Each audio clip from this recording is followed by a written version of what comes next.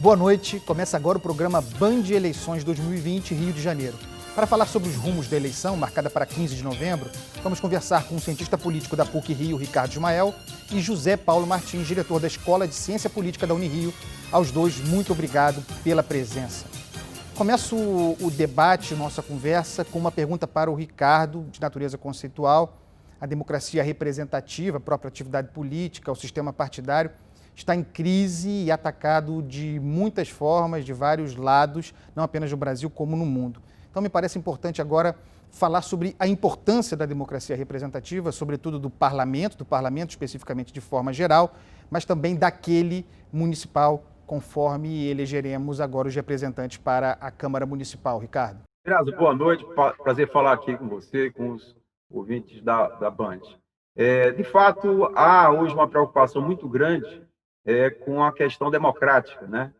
Principalmente com essa maneira como a gente lida com ela dentro de uma tradição antiga, que é a democracia representativa. Quer dizer, pessoas vão às urnas, escolhem seus representantes, que, por sua vez, vão elaborar leis, vão fiscalizar o poder executivo, vão fazer essa intermediação entre o Estado e a sociedade. Portanto, tem um papel importante a questão da democracia representativa. No caso específico do parlamento municipal, eu diria que aí ele certamente esse ano vamos ter eleições municipais, ele ganha uma importância num país que é uma federação, né? Dentro do modelo federalista, o nível mais descentralizado, mais próximo da população é justamente o município, é justamente a Câmara de Vereadores. É aí onde, na verdade, se tem no dia a dia um contato mais direto com as pessoas. É claro que existem questões nacionais discutidas no Congresso Nacional, na Assembleia Legislativa, que também são importantes, mas esse contato mais direto entre o vereador e a população, as comunidades, os bairros, isso certamente fortalece a ideia de democracia e, principalmente, essa interação que deve haver entre o Estado e a sociedade. José Paulo, queria ouvi-lo especificamente sobre o parlamento no Rio de Janeiro, sobre a Câmara Municipal. Conforme as tuas pesquisas, o seu estudo, é possível traçar uma natureza, um estilo, um ritmo desse parlamento municipal do Rio de Janeiro? Ele tem uma característica, é possível determinar um caráter do parlamento municipal do Rio de Janeiro, José Paulo? Boa noite, um prazer estar aqui, Andreasa, professor Ismael. Bom, uma característica importante da disputa no Rio de Janeiro é a grande fragmentação partidária, né? A Câmara Municipal tem 51 cadeiras, ou seja, já se espera que, de fato, né, muitos partidos disputem, né, essa representação, mas o Rio de Janeiro tem se caracterizado ao longo do tempo por ter uma disputa muito acirrada, tanto no nível municipal, né, para prefeito, para executivo municipal, como na Câmara de Vereadores. Então, agora mesmo, atualmente, são 20 partidos que têm cadeira na Câmara Municipal do Rio de Janeiro, o que é um número bastante grande, né? Se a gente for considerar as correntes de pensamento ideológicas, né? 20 partidos não faz muito sentido, né? Existe uma expectativa, por conta de mudança na legislação, de que esse número venha a diminuir agora nessa eleição, porque não haverá a possibilidade de coligação entre partidos para disputa proporcional. Mas essa, como eu falei, é uma característica marcante do Legislativo Municipal aqui do Rio de Janeiro, muitos partidos disputando e conquistando cadeiras. Ricardo, nós temos, é possível definir também, ainda falando sobre caráter, na história do parlamento do Rio de Janeiro, pensando mais especificamente, para fulanizar um pouco, o parlamento durante o governo Eduardo Paes, o parlamento durante o governo, a prefeitura de Marcelo Crivella. É possível identificar alguma natureza específica de relação entre parlamento e executivo municipal, parlamento fechado com o governo, a fluência desse diálogo, ou é mais comum um parlamento com uma posição mais beligerante para a oposição? Consegue identificar esse caráter? Possível sim dizer o seguinte, Andreasa, veja, com relação à gestão de Eduardo Paes, eu diria que a Câmara de Vereadores estava um pouco mais, vamos dizer assim, subordinada aos interesses da prefeitura. Muitas vezes, em algumas situações mesmo, a gente lembra daquela jornada de 2013, onde havia uma pressão muito grande para tentar, por exemplo, abrir ali uma CPI para investigar essa questão das tarifas do transporte público, mesmo depois também a discussão sobre a remuneração dos professores da rede municipal, tudo isso era barrado porque estava sempre num alinhamento quase que automático em relação à prefeitura. Já na gestão do Crivella, aí começa a ter uma postura diferente. O próprio Crivella teve que enfrentar situações até de risco de impeachment. Quer dizer, agora, é claro que no caso do Crivella, vamos dizer assim, ele era um prefeito que, pelo menos no início do mandato, era muito questionado, né? Tinha realmente uma gestão bastante questionada e talvez por isso, e às vezes até um desprezo com uma articulação mais forte na Câmara dos Vereadores. Ao longo do tempo, principalmente já mais agora na segunda metade do seu mandato, ele passou a fazer uma reforma no secretariado para tentar conseguir uma base mais estável lá na Câmara dos Vereadores. Eu diria que, no caso do Eduardo Paes, ele tinha uma relação muito mais, vamos dizer assim, muito mais intensa, mais orgânica com a Câmara dos Vereadores. No caso do Crivella, ele terminou tendo mais problemas do que Eduardo Paes. Nós tivemos, sobretudo a partir da debacle do governo Dilma Rousseff, a partir, portanto, do governo Michel Temer, um crescente protagonismo do Parlamento, da Câmara Federal, né? Inclusive com uma agenda independente, se comportando diferentemente do histórico de subserviência, chamemos assim, ao Executivo. A minha pergunta é possível projetar, tendo a Câmara Federal como exemplo, é possível projetar algo assim na Câmara Municipal, como influência do federal, um parlamento municipal em busca de independência, em busca de protagonismo, de não ser simplesmente, conforme se convencionou, um despachante do Executivo, José Paulo? Olha, eu acho difícil projetar. A tendência que a gente tem visto ultimamente, principalmente, né, com o presidente da República e com o governador do estado e também com o prefeito, são todos eles políticos que, de certa forma, negam um pouco a política, né, como vem sendo feita, né? A política de coalizão partidária, né, de construção de maiorias, né, de barganha, negociação política. Então, mesmo que eu diga, né, eu disse há pouco, né, que o executivo tem grandes prerrogativas para conseguir construir essa maioria, o legislativo também tem força, né, pode ter força suficiente para dificultar o trabalho do executivo. Você falou aí da Dilma, né, a Dilma caiu, né, numa manobra parlamentar, principalmente, né, os deputados decidiram que ela havia cometido um crime de corrupção e acabaram levando a cabo um processo de impeachment. O Michel Temer já teve uma relação bem mais positiva, né, para ele, né, Michel Temer, com o legislativo. Tanto é que teve 2 denúncias lá que acabaram não passando durante o governo dele. E o Bolsonaro também uma relação super difícil com o legislativo e agora essa aproximação com o Centrão vai equacionando. Então, a experiência acaba mostrando que é importante, né, que o executivo esteja atento às demandas do legislativo.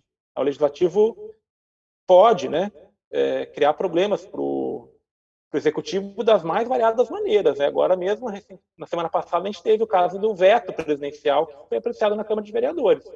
Desculpem, na Câmara de Deputados. Se a Câmara de Deputados tivesse derrubado o veto, isso criaria enormes dificuldades para o governo do Bolsonaro.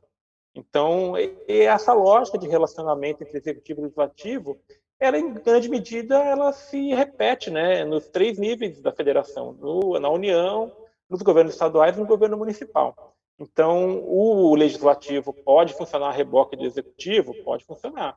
Mas ele tem instrumentos de autoafirmação que podem ser utilizados a qualquer momento. Ricardo, em 2018, na eleição nacional, tanto em Brasília quanto nos estados, houve, com graus variados, uma significativa renovação, né? Especialmente em Brasília, uma renovação maior do que se verificava anteriormente.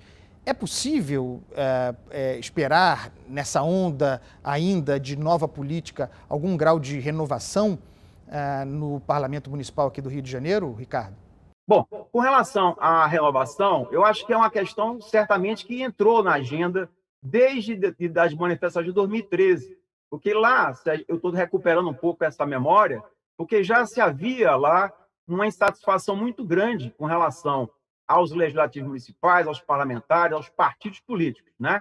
E de lá para cá, até por conta também da própria Operação Lava Jato, aumentou, vamos dizer assim, uma certa desconfiança em relação às elites políticas tradicionais, aos partidos tradicionais. É claro que aí merece uma observação. A população, claro que está em busca hoje de renovação, está em busca de novas lideranças. Aliás, a gente vê isso nas pré-candidaturas para a Prefeitura do Rio. É uma quantidade enorme de candidatos, de pré-candidatos. Por quê? Porque estão tentando ocupar algum espaço, né? Ocupar o espaço que, por exemplo, o governador Witzel, em 2002, ocupou. Mas a questão da renovação, ela tem que acontecer naturalmente. Ela é resultado de um processo social. Quer dizer, ela não pode ser fabricada em laboratório, ela não pode ser produzida artificialmente. Então, além disso, é o seguinte, a renovação, simplesmente porque a pessoa não é da política, que ela está vindo de uma outra atividade profissional, ou que ela simplesmente é uma pessoa jovem, isso não vai, certamente, corresponder às expectativas da população, do eleitorado. Porque, claro, ele está em busca de, vamos dizer assim, uma nova forma de lidar com a política, principalmente do administrador público, né, do gestor público. E, claro, também espera que os parlamentares saiam um pouco desse jogo de tomar lá da cá, que apenas reproduz o seu espaço na política e passe a discutir de forma mais as questões substantivas. A Câmara de Vereadores do Rio tem 26 comissões permanentes, mais 3 comissões especiais. Acho que nos últimos anos a gente pouco viu falar dos trabalhos dessas comissões permanentes e comissões especiais. E tem ótimos temas, os temas mais variados. Mas, infelizmente, eu estou dizendo isso quase que não aparece para o eleitorado carioca. O papo está muito bom. Nós vamos fazer um rápido intervalo e voltamos já. Band Eleições 2020, Rio de Janeiro.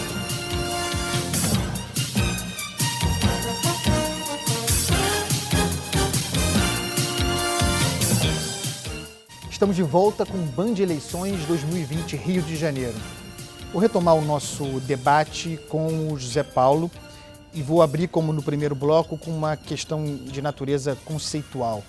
Para o nosso espectador, objetivamente, para que serve a Câmara Municipal? O que faz a Câmara Municipal? De que maneira ela contribui para a cidade, José Paulo? Bom, a Câmara Municipal ela é o poder legislativo, né, no município. Ela tem como principais atribuições a fiscalização do poder executivo, né, fiscalizar o prefeito e cuidar das leis municipais, das quais a mais importante é o orçamento do município. Então, essas são as principais tarefas, né? E, como o Ismael falou na primeira parte, né, existem muitas competências que são de âmbito federal, existem muitas competências que são estaduais, e competências municipais não são muito extensas, né? Mas questões como ocupação de solo, a guarda municipal, né? Tem certos aspectos aí que o legislativo também pode estar atento. Mas eu entendo que o principal mesmo é a fiscalização do poder executivo, né? E a apreciação do orçamento do município, que afinal o dinheiro é o mais importante, né? Quais são as prioridades, né?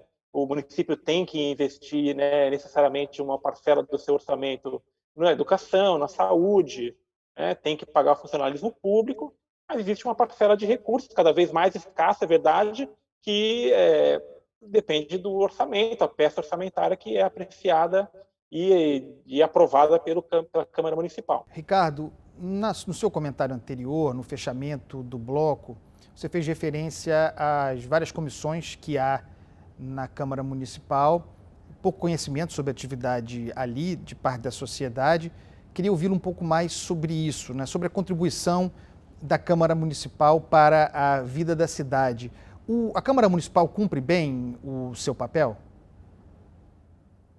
Ela pode melhorar, né? Que é um desafio colocado principalmente para os poderes legislativos de conseguirem ganhar mais visibilidade, mostrando para a população que discutem questões substantivas, questões que, na verdade, a população muitas vezes não entende por que é que se demora tanto a se tomar algumas providências. Por exemplo, há comissões na Câmara dos Vereadores que têm, normalmente, relação com a questão de moradia, com a questão de saneamento básico, com questão de transporte, com questões da saúde, que agora certamente ganhou relevância, com a questão da educação. Quer dizer, existem comissões permanentes que poderiam trazer uma contribuição para o aperfeiçoamento das políticas públicas, para o aperfeiçoamento do próprio governo, da prefeitura. Quer dizer, a Câmara não pode ficar numa condição reativa e sempre estar esperando que a prefeitura tome as iniciativas e ela mesma, vamos dizer assim, procure corrigir algumas imperfeições. Então, eu diria que esse é um lugar, esse é um espaço que a Câmara de Vereadores tem que ocupar. É justamente nessas comissões onde ele pode envolver não apenas a sociedade, mas também os próprios gestores, secretários, enfim, procurar dar uma dinâmica maior. A Câmara de Vereadores do Rio ocupa um dos palácios mais bonitos da cidade, que é o Palácio Pedro Ernesto. Mas é preciso que haja, vamos dizer assim, mais gente no Palácio Pedro Ernesto, não apenas no momento de uma crise, no momento de uma greve, coisa desse tipo. Ela que faça reuniões ordinárias, onde aquelas comissões permanentes mostrem serviço para a população. José Paulo, sobre financiamento de campanha eleitoral. Essa será a primeira eleição municipal com a nova regra aprovada pelo Parlamento Federal, financiamento público de campanha e financiamento pessoa física, né? Financiamento via CPF. Algum impacto esperado sobre a partir dessa nova modalidade de financiamento? Eu entendo que sim, né? O financiamento empresarial era a grande fonte, né, de recursos para as eleições. E agora esse financiamento não é mais permitido, né? Ainda que seja permitido o financiamento de indivíduos, né? Muitas vezes indivíduos muito ricos, inclusive os próprios candidatos muito ricos, podem também fazer o autofinanciamento. Então, a verdade é que o poder econômico continua sendo uma variável muito determinante para o sucesso eleitoral. Candidatos ricos ou candidatos com apoio de pessoas muito ricas têm mais dinheiro à disposição do que candidatos, né, mais pobres. E também houve um aumento muito expressivo dos recursos, né, tanto para o fundo partidário como para o novo fundo que foi criado, né, o fundo eleitoral. Então, houve uma substituição dos recursos privados empresariais, mas se manteve, né, os recursos privados individuais, né, de pessoas muito ricas e de candidatos, e houve um reforço do caixa partidário e de campanhas eleitorais. Então, o volume de recursos à disposição dos partidos, dos candidatos, não sei se vai ter uma grande diferença, não. Mas a verdade é que, a despeito de o financiamento empresarial privado ter sido suspenso, né, barrado, o poder econômico ainda vai continuar falando muito alto, né, porque o financiamento privado continua, né, individual, né, por CPF, mas continua valendo. Ricardo, eu quero ouvi-lo sobre financiamento de campanha, mas desdobrando um pouco a questão para um problema muito específico aqui do Rio de Janeiro, que é a ascensão de organizações criminosas, de facções criminosas, notadamente da milícia, no ambiente político, na atividade política, ocupando cadeiras nos parlamentos.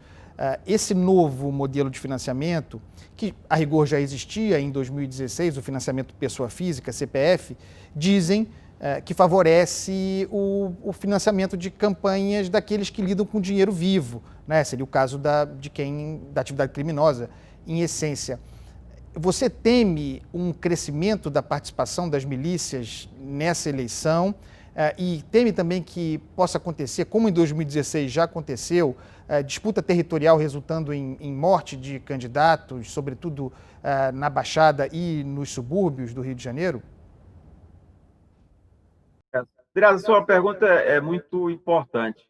Existem duas novidades nessa eleição municipal.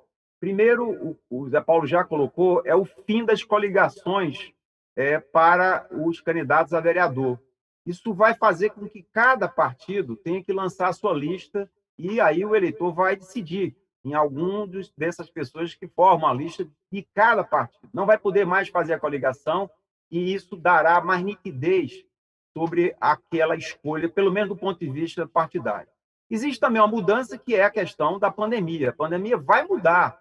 Essa campanha, na verdade, estará começando agora, no dia 15 de novembro, na segunda quinzena de novembro, campanha de rua, e não se sabe ainda como vai ser feita, porque, claro, há mudanças aí em função das restrições que a pandemia do Covid introduziu. Agora, a questão do financiamento, e o meu colega já colocou muito bem, apesar de ter tido a ação do Supremo Federal de proibir o financiamento empresarial, ele deixou portas abertas, porque é evidente, se você tiver um financiamento que é pessoa física, uma pessoa rica, ela pode escolher as pessoas para financiar. Portanto, ainda haverá uma desigualdade nessa questão do financiamento.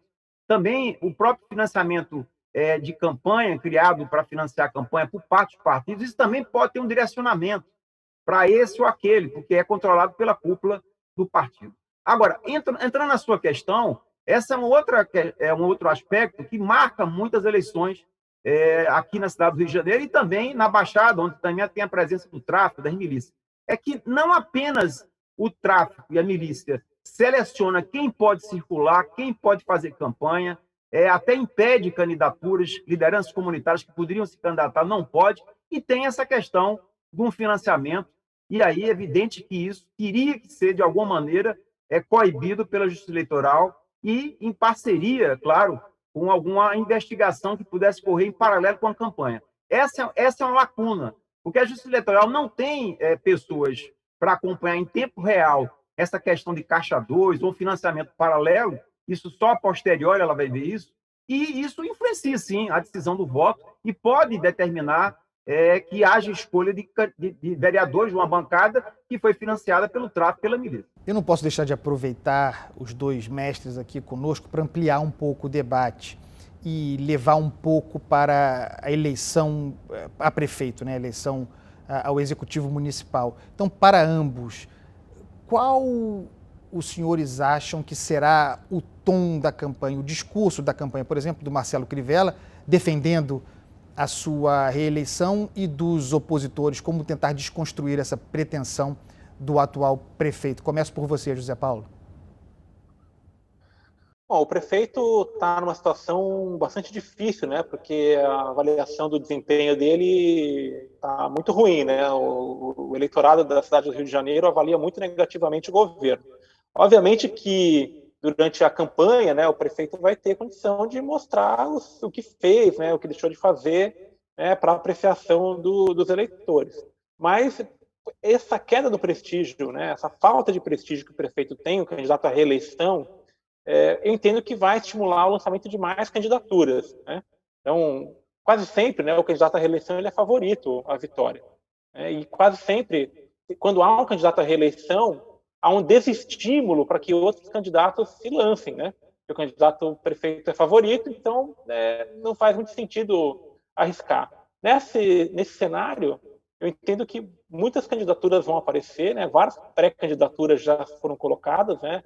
O Marcelo Calheiro, o Eduardo Paes, o Messina, a Marta Rocha, tem a Renata Souza, o próprio Crivella, a Cristiane Brasil, enfim, Clarissa Garotinho, muitos nomes estão sendo colocados aí, acredito que muitos deles podem se candidatar, e isso deve gerar uma fragmentação grande e provavelmente vai levar para o segundo turno alguma medida, o que aconteceu já na última eleição, né? Candidatos com um pouco mais de 20% dos votos irem para o segundo turno. Então, isso faz com que fique muito em aberto, né? Quem que vai disputar a eleição. E há o risco, eu acho meio remoto, né? Há o risco do próprio prefeito ficar de fora, né? Como eu disse, o prefeito tem muita força, né? Porque não conta só com a máquina do município, mas ele também conta com uma máquina da igreja, né? Faz parte, que colabora muito. Mas ele, como eu falei, tem uma péssima avaliação. Isso não ajuda muito na sua eleição, não. Ricardo, quero ouvi-lo a respeito dessa dinâmica, a eleição à Prefeitura do Rio de Janeiro.